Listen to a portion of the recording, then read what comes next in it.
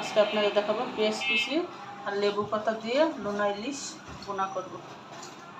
এখন আমি মাছ শুটকিগুলো দিয়ে নিলাম, দিয়ে সামান্য একটু লবণ দিব, একটু মরিচের গুঁড়া দিব, একটু হলুদের গুঁড়া দিব, একটু ধনিয়ার গুঁড়া দিব আর সামান্য একটু তেল দিব, দিয়ে শুটকিগুলো ভালো করে মেখে দেব।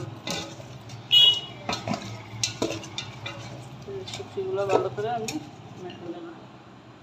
আমি ফ্রাই প্যানে তেল দিয়ে দিলাম, তেলটা গরম হওয়ার জন্য। তেলটা গরম হয়ে গেছে, এখন মাখা শুটকিগুলো দিয়ে দিব।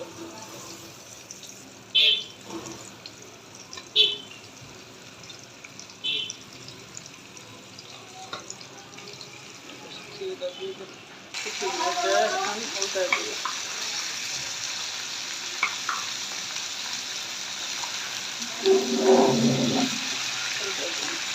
শুটকিগুলো আমার ভাজা হয়ে গেছে।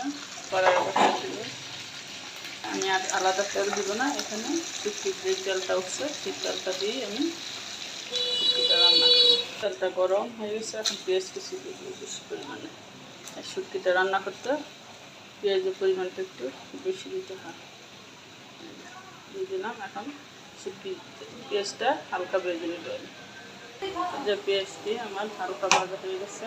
মতো রসুন বাটা, পরিমাণ মতো হলুদের পাতি, পরিমাণ মতো ধনিয়ার পাতি, পরিমাণ মতো মরিচের পাতি। এখানে আমি আরেকটু মরিচ দিতে পারবো, নাহলে জাল না হলে শুটকিটা ভালো লাগে না।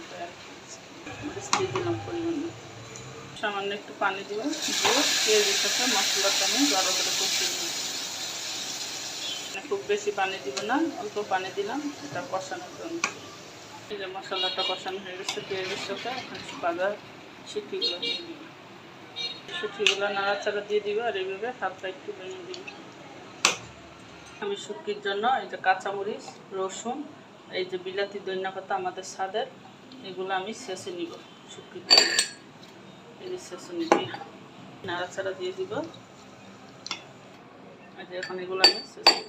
এটা আমার সবগুলো নাড়াচাড়া হয়ে গেছে, এগুলো শেষে দিয়ে দিলাম। দিয়ে শুটকিটা নাড়াচাড়া দিয়ে দিব। এটা নাড়াচাড়া দিয়ে শুটকিটা একবারে চুলাটা কমিয়ে দিবে এবং শুটকিটা একবারে ভাজা ভাজা করে নেবে। এই যে শুটকিটা একবারে আমার ভাজা ভাজা হয়ে গেছে, এখন দুইটা তাজা লেবু পাতা দিব, দিয়ে নাড়াচাড়া দিব, দিয়ে 2 মিনিট রেখে তুলে নেব। এই যে ভাজা ভাজা হয়ে গেছে, এখন নামিয়ে নিব। এই যে কেমন দেখতে হয়েছে পেঁয়াজ আর লেবু পাতা দিয়ে লোনা শুটকি বোনা।